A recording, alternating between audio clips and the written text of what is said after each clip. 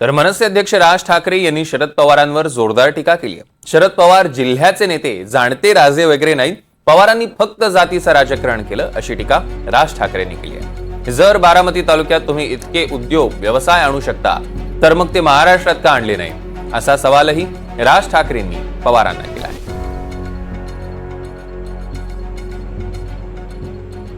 तर पवारांनी फोडाफोडीचं राजकारण केलं असं राज ठाकरे म्हणाले। शरद पवारांनी जातीचं राजकारण केल्याचा पुनरुच्चार ठाकरेंनी केला आहे।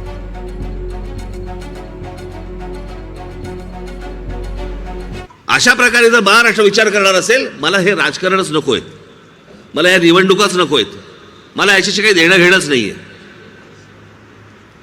खरं तर तुम्हालाही देणं घेणं असता कामा नये।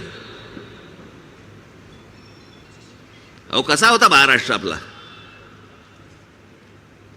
जातीबद्दल प्रेम मी समजू शकतो, प्रत्येकाला आपापल्या जातीबद्दल प्रेम असेल,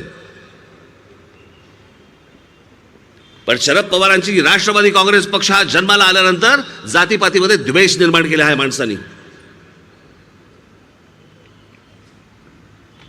हे जे सगळं जातीपातीचं राजकारण जे सुरू झालं, द्वेषाचं राजकारण, हे 99 सालापासून राष्ट्रवादी काँग्रेसच्या जन्मानंतर सगळं सुरू झालं।